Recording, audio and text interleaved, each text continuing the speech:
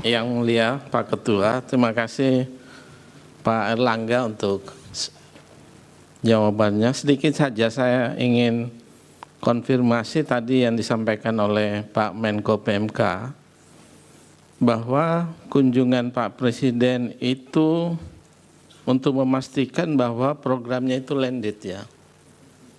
Dan pada saat itu ada mungkin pembagian tadi kartu pintar dan sebagainya. Nah, barusan Pak Erlangga menyampaikan bahwa Presiden itu ada dana bantuan Presiden bagi masyarakat. Nah, nomenklatur ini apakah bagian dari Perlinsos atau nomenklatur yang melekat pada jabatan Presiden? Mungkin bisa dikonfirmasi. Jadi nanti Bu Menteri Keuangan akan lebih menjelaskan, tapi pada prinsipnya ini sebagai hal yang melekat dengan Bapak Presiden. Demikian, terima kasih. Dan kedua, terkait dengan kunjungan-kunjungan beliau, memang saya menggarisbawahi apa yang disampaikan Menko PMK, karena beberapa program yang di bawah koordinasi perekonomian, seperti kredit usaha rakyat, kemudian kartu prakerja, kemudian pada saat penanganan COVID, itu bantuan kepada kaki lima nelayan, itu Bapak Presiden juga turun mengecek langsung di lapangan. Dan di beberapa tempat saya mendampingi beliau. Demikian, terima kasih. Baik, silakan Ibu Menteri Keuangan. Terima kasih Yang Mulia. Izinkan saya mungkin mengelompokkan beberapa topik yang disampaikan oleh beberapa Yang Mulia Hakim. Pertama, yang tadi cukup banyak ditanyakan mengenai automatic adjustment. Nampaknya muncul persepsi bahwa automatic adjustment dilakukan untuk membiayai bansos. Saya tegaskan tidak. Jadi kami sampaikan seperti ini. Automatic adjustment itu sudah dilakukan sejak APBN 2022. Di dalam APBN 2022 itu Undang-Undang 6 tahun 2021 pasal 28 ayat 1 huruf E. Di APBN 2023 yaitu Undang-Undang 28 tahun 2022 diatur di pasal 32 ayat 1 huruf E. Dan di APBN 2024 yaitu Undang-Undang 19 tahun 2023 diatur pada pasal 28 ayat 1 huruf E. Tadi ditanyakan oleh Yang Mulia Ibu Eni mengenai kenapa pada awal tahun sudah dilakukan automatic adjustment. Kami sampaikan bahwa automatic adjustment memang selalu dilakukan pada awal, yaitu pada tahun 2022 automatic adjustment dilakukan melalui surat Menteri Keuangan tanggal 29 November 2021. Bahkan sebelum tahun anggaran dimulai kami sudah menulis untuk melakukan automatic adjustment. Surat nomor S/1088/MK. Bahkan di tahun 2022 kami melakukan 2 kali automatic adjustment dengan surat kedua tanggal 23 Mei 2022 dengan surat S/458/MK ini untuk melakukan tambahan automatic adjustment. APBN 2023 automatic adjustment dilakukan dengan mengirim surat tanggal 9 Desember 2022. Jadi bahkan sekali lagi belum mulai tahun anggaran, yaitu dengan surat nomor 1 S/1040/MK. Dan di APBN 2024 kami mengirimkan surat automatic adjustment tanggal 29 Desember 2023, yaitu dengan surat S/1082/MK. Yang menarik perhatian publik nampaknya hanya yang tanggal 29 Desember 2023 karena memang sudah mulai hawa pemilu. Tapi sebetulnya dari tahun 22 kami selalu melakukan automatic adjustment. Apakah automatic adjustment dipakai untuk membiayai bansos? Tidak. karena Bansos dan Perlinsos sudah dianggarkan di APBN, baik di bagian anggaran kementerian masing-masing, tadi dari Kemendikbud, Kementerian Agama, Kementerian Kesehatan, Kementerian Sosial, dan yang lainnya, maupun di bagian anggaran Bendahara Umum Negara, itu seperti subsidi, atau melalui transfer dana keuangan ke daerah seperti BLT desa. Jadi Bansos itu posnya beda sama sekali dan tidak dibiayai oleh AA atau automatic adjustment. Kenapa automatic adjustment 5%? Ini adalah bagian untuk mengelola APBN secara fleksibel dan menambah daya tahan APBN, terutama untuk menjaga postur APBN, terutama pada tingkat defisitnya pada saat kita menghadapi berbagai guncangan dan ketidakpastian. 5% diperkirakan sesuai dengan data historis dari seluruh kementerian lembaga, rata-rata penyerapan anggaran mereka adalah di sekitar 95%. Dengan demikian, waktu kami menyampaikan AA 5%, itu diharapkan tidak mempengaruhi kemampuan KL untuk menjalankan program-program prioritas, dan dana AA itu tidak dialihkan ke kementerian lembaga yang lain. Jadi tetap miliknya KL, hanya kita blokir. Apabila kementerian lembaga betul-betul memiliki prioritas dan urgensi yang tinggi, mereka akan bisa meminta untuk dibuka blokir. Tapi itu sangat selektif, karena memang tujuannya untuk meningkatkan disiplin fiskal dan penajaman prioritas di dalam masing-masing KL. Itu untuk automatic adjustment. Tadi yang menanyakan Yang Mulia Eni, Yang Mulia Ibu Eni, Yang Mulia Pak Guntur, dan Yang Mulia Pak Saldi Isra. Untuk Yang Mulia Pak Guntur, tadi menanyakan perbedaan refocusing dengan automatic adjustment. Refocusing dilakukan terutama pada saat terjadinya shock yang jauh lebih besar terhadap APBN, yaitu seperti terjadi pandemi. Pada saat itu anggaran across the board semuanya dipotong dan dialihkan ke suatu program khusus, yaitu penanganan pandemi. Jadi dalam hal ini APBN-nya diambil dari KL kemudian dipindahkan ke program lain dan di kementerian lain. Dan karena ada perubahan anggaran antar KL dan antar program, ini hanya bisa dilakukan dengan undang-undang. Makanya pada saat pandemi dilakukan melalui Perpu 1 tahun 2020 yang kemudian menjadi Undang-Undang Nomor 2 tahun 2020, di mana DPR memberikan persetujuan. Di tahun 2021 Undang-Undang APBN, DPR telah memberikan persetujuan melalui Undang-Undang APBN. Karena waktu itu di tengah situasi pandemi dan tidak mungkin melakukan banyak pertemuan, maka di dalam Undang-Undang APBN built-in sudah dimasukkan kemungkinan perubahan program dan KL dengan hanya melakukan perubahan perpres. Kemudian Yang Mulia Bapak Danilius Mikvoh tadi menanyakan apakah Undang-Undang APBN itu diturunkan hanya dengan satu perpres atau berapa perpres. Untuk APBN 2020, yaitu terjadinya pandemi dan kemudian adanya Perpu nomor 1 yang menjadi Undang-Undang nomor 2 tahun 2020, dilakukan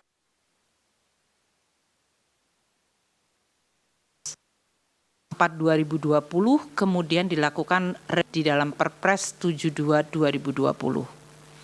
APBN 2021 juga ada 2 kali Perpres. Ini situasi yang terus berubah pada saat pandemi, yaitu Perpres 113 tahun 2020 dan Perpres 98 tahun 2021.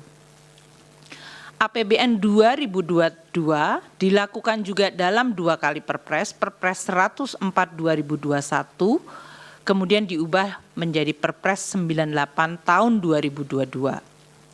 APBN 2023 ada 2 kali Perpres, namun alasannya berbeda dengan pada saat pandemi. Perpres 75 2023 diubah menjadi Perpres 130 2023 adalah untuk penggunaan sisa anggaran lebih atau SAL untuk bisa digunakan pada anggaran tahun 2023.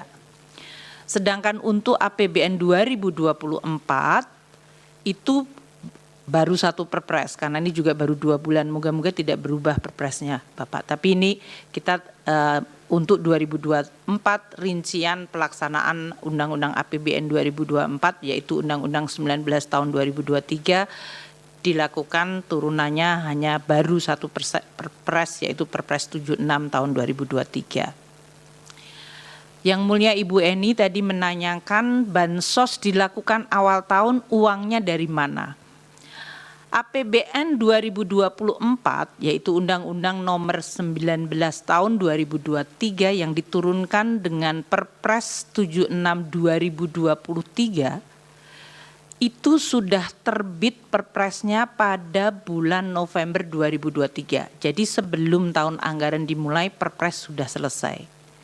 Bahkan penyerahan DIPA secara simbolik oleh Bapak Presiden kepada Menteri dan Kepala Daerah dilakukan tanggal 29 November 2023. Dengan demikian, seluruh KL dan juga pemerintah daerah bisa melaksanakan anggarannya mulai 1 Januari.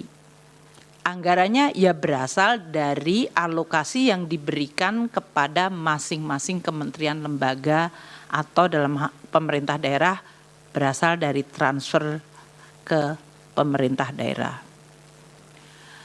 Tadi pertanyaan mengenai BLT El Nino saya rasa sudah dijawab oleh Pak Menko Perekonomian, namun hanya ditambahkan bahwa bantuan pangan El Nino dilakukan oleh Bappenas dengan anggaran yang berasal dari Bappenas. Mekanisme pembayarannya apabila sudah dilakukan bantuan, maka harus dilakukan review BPKP. Anggaran berasal dari cadangan CPP, itu dari BA Bun, dan kemudian apabila terjadi perbedaan antara anggaran yang sudah dialokasikan di Bappenas dengan tagihan, kami bisa melakukan realokasi dari dari anggaran Bendahara Umum Negara. Kemudian untuk yang mulia Bapak Soehartoyo mengenai surat Bappenas tadi sudah dijawab oleh Pak Menko. Dan siapa yang mengeksekusi tadi juga oleh Bappenas. Pertanyaan dari yang mulia Saldi Isra mengenai alokasi dana kunjungan Presiden dan dana bantuan kemasyarakatan dari Presiden. Telah disampaikan oleh Bapak Menko tadi bahwa bantuan kemasyarakatan dari Presiden bukan merupakan bagian dari Perlinsos. Anggaran untuk kunjungan Presiden dan anggaran untuk bantuan kemasyarakatan dari Presiden berasal dari dana operasional Presiden yang berasal dari APBN. Dana operasional Presiden diatur oleh Peraturan Menteri Keuangan 48/2008 yang diubah dengan Peraturan Menteri Keuangan 106 tahun 2008. Sementara dana kemasyarakatan Presiden diatur dalam Peraturan Menteri Sesnek nomor 2 tahun 2020. Kegiatan yang bisa dicakup di dalam dana kemasyarakatan oleh Presiden dan Wakil Presiden dalam hal ini adalah kegiatan keagamaan, pendidikan, sosial, ekonomi, kebudayaan, kepemudaan, pemberdayaan perempuan, keolahragaan, dan kegiatan lain atas perintah Presiden atau Wakil Presiden. Dan bantuan ini bisa diberikan dalam bentuk barang maupun uang. Untuk ilustrasi, tahun 2019 dana operasi Presiden, ini adalah 110 miliar anggaran, realisasinya 57,2 miliar atau 52%. Tahun 2020 alokasi anggaran 116,2 miliar, realisasi 77,9 miliar atau 67%. Tahun 2021 119,7 miliar, realisasinya 102,4 atau 86%.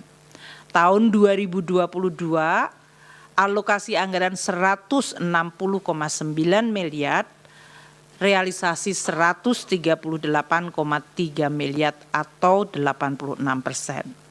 Tahun 2023 alokasi anggaran 156,5 miliar, realisasinya 127,8 atau 82%.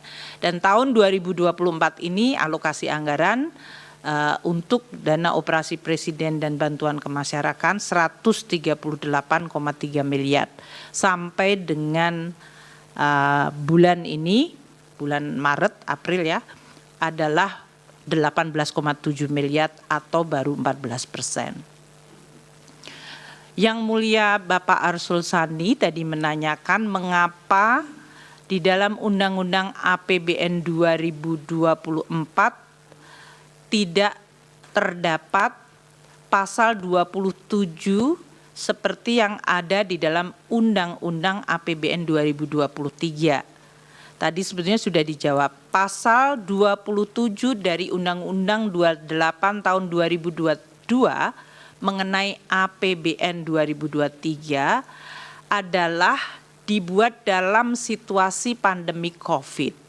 Pada saat itu pemerintah bersama dengan BPJS harus bekerja sama untuk penanganan permasalahan kesehatan dan masalah sosial terutama untuk tenaga kesehatan. Dengan berakhirnya status pandemi, maka pasal 27 tersebut disepakati oleh oleh pemerintah dan DPR tidak diperlukan lagi, sehingga pasal 27 tidak ada lagi di dalam Undang-Undang APBN 2024. Yang Mulia Bapak Arsul Sani menanyakan kenapa Perlinsos sesudah COVID anggarannya masih tetap tinggi. Tadi sudah dijawab, kami akan ulangi dengan lebih detail. Kenaikan dari anggaran Perlinsos periode 2022 hingga 2024 terutama akibat kenaikan dari harga minyak bumi, perubahan kurs, dan volume dari subsidi. Jadi bagian dari anggaran Perlinsos yang paling besar naiknya atau yang mengalami perubahan sangat besar adalah pada bagian subsidi, terutama subsidi energi. Namun subsidi pupuk juga tahun 2024 ini meningkat cukup besar. Sehingga anggaran subsidi naik dari 211,8 triliun tahun 2021 naik menjadi 291 triliun tahun 2022, tahun 2023 naik lagi menjadi 332,5 triliun, dan tahun 2024 ini dianggarkan 340,7 triliun, naik karena terutama subsidi. Sementara anggaran Perlinsos dari kementerian lembaga yang lain serta dari Kemensos relatif tidak berubah. Perubahannya seperti yang tadi telah saya sampaikan pada pidato pembuka, yaitu untuk Kemendikbud karena ada unit cost pada pendidikan menengah, dan kemudian di Kemensos karena menambah untuk aktivitas lansia dan disabel. Untuk ilustrasi, harga minyak tahun 2021 $68, 2022 melonjak ke 94,5, tahun 2023 dan 2024 ini menggunakan asumsi dan sekitar $82. Untuk nilai tukar tahun 2021 14.312, 2022 naik ke 14.871, 2023 15.255 dan tahun 2024 menggunakan APBN asumsi 15.000. Volume solar juga meningkat sangat cukup tinggi, tahun 2020 14,3 juta liter, tahun 2021 naik ke 15,8 juta liter, 2022 di 15,1 juta, tahun 2023 melonjak ke 17 juta, dan di 2024 dialokasikan 19 juta liter. Ini yang menggambarkan bahwa Perlinsos di tahun 22 hingga 24 meskipun pandemi telah selesai tetap tinggi karena subsidi yang merupakan bagian dari perlindungan sosial mengalami kenaikan terutama untuk subsidi energi, dan yang tahun 2024 subsidi pupuk juga mengalami kenaikan. Mungkin demikian Yang Mulia Ketua dan Hakim Mahkamah Konstitusi dari berbagai pertanyaan yang sesuai dengan bagian kami. Terima kasih. Baik Ibu, ada tambahan dari Prof. Edi? Kepada Bu Menkyu, itu tadi kan banyak sekali itu surat-surat dari Kemenkyu. Kalau bisa mohon ada salinan, karena mungkin diakses tidak bisa kalau itu ya. Termasuk yang tidak ada salinan-salinan yang salinan yang kami sulit untuk mengakses seperti Permensesnek atau kemudian yang lainnya itu mohon kalau bisa dikopikan juga. Terima kasih. Baik, silakan Ibu Menteri Sosial.